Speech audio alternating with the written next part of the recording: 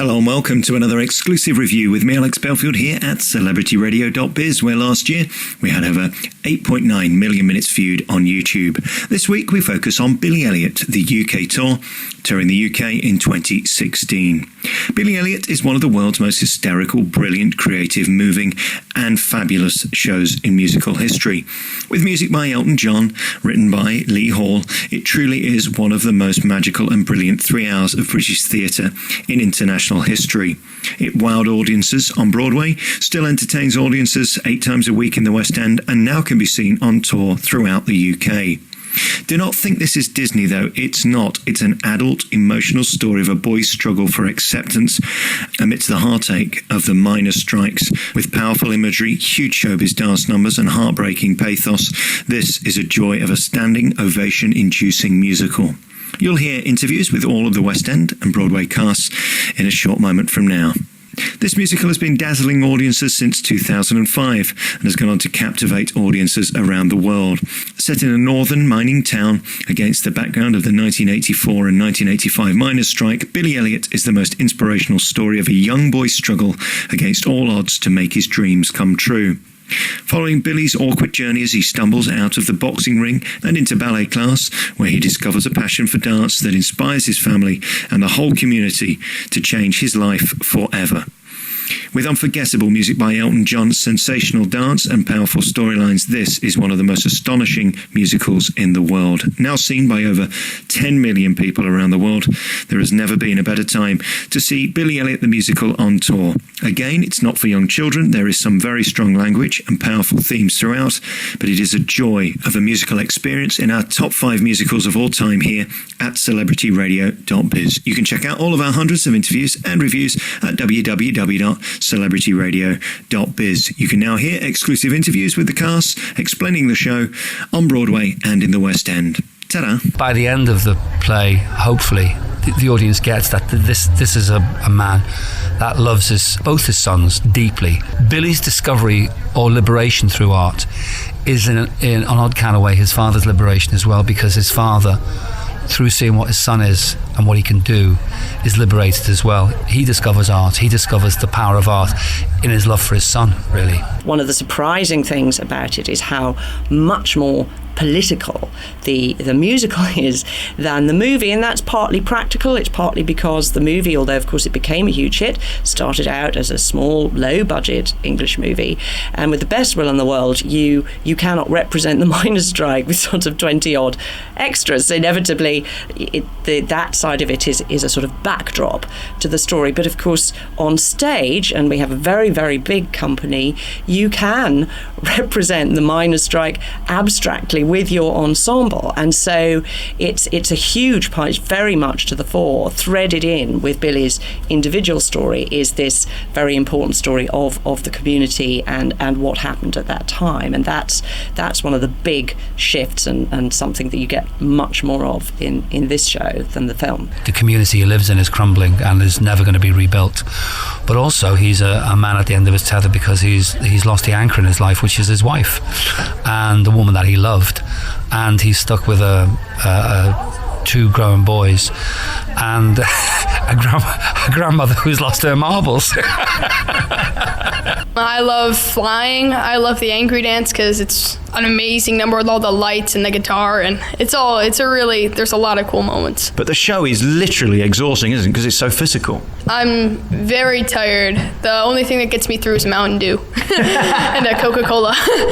No, extremely tired, but sometimes after a show I'm wired up, so I can't go to bed, but it differs every night. Because, I mean, you talk about that dance you do on top of the bedroom scene when you're literally kicking at everything. It could go wrong, couldn't it? Yes, it could go very wrong, but it has gone wrong. One of our Billies once sprained his toe by kicking it too hard, so it's a very dangerous number. Jake, tell me about what you're thinking about when you're on stage. Are you in the moment? Are you the character? Do you become Michael? How do you do what you do?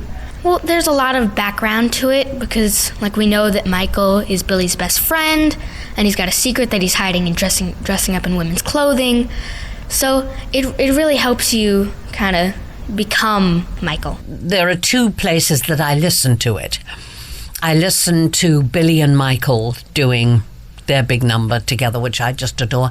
And then the other one that I really love is Billy's Ballet with his older self. Do you look forward to the moment when you grab the audience? Because you've got something, both of you, that I've never had, which is popularity, and you stand there at the end and they're all cheering and they love you and they fall in love with you. Is that the moment you're waiting for? Oh, absolutely. Every night, there are a few scenes like the boxing scene and the kissing scene, but Express is always like, all right, here we go. Come on. And of course, Jacob, at the end, you get the huge standing ovation. I've never seen it when they haven't been on their feet just loving you. Yeah. Is there any better feeling than that? No, not at all. It's amazing, especially when you walk out the stage door and they're all cheering and they want your autograph. That's a great feeling. Is that boring yet? Are you fed up of that yet? No. Never gets tired? Nope. But when little Billy is up in the chair being held by the guys and he yells, "Finish!" the audience just goes ape.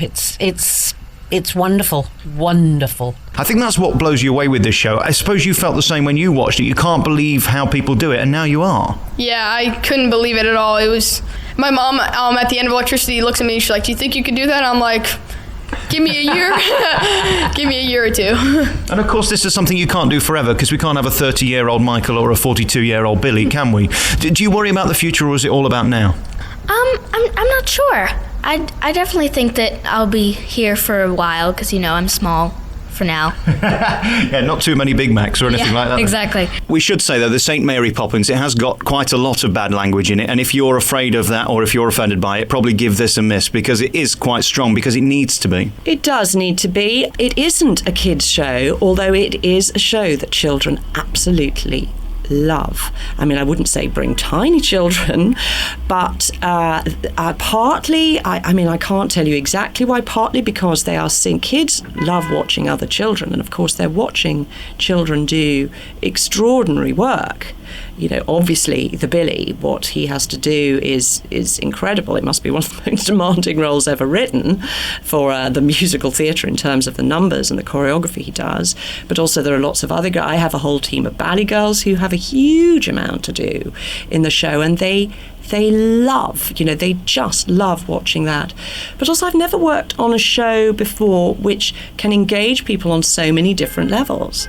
And so it does appeal, of course, to the musical theatre goer, but it also, I've got loads of people who are sort of would count themselves as very sophisticated theatre goers for whom the musical is not particularly their thing, but they love it, or your very ancient, very right-wing aunt from wherever, from the home counties will seem to love it. The very young, it's quite extraordinary that it just works. It has, there's so much going on. Choreographically, it's very original, and there's lots of huge moments in the show, which in another show, if you had one or two, you'd be grateful. Well, you've got loads in each half, and that there really is something, you can just appreciate it on different levels. I think all those big northern towns, Leeds, Manchester, Liverpool, Newcastle, even Glasgow and Scotland, there's a grittiness about them which is similar, I think, and the backgrounds of those people I can easily identify with those kind of communities. The accent is a bit like yodeling, isn't it? Well, it's a bit like yodeling, but it's not quite like yodeling.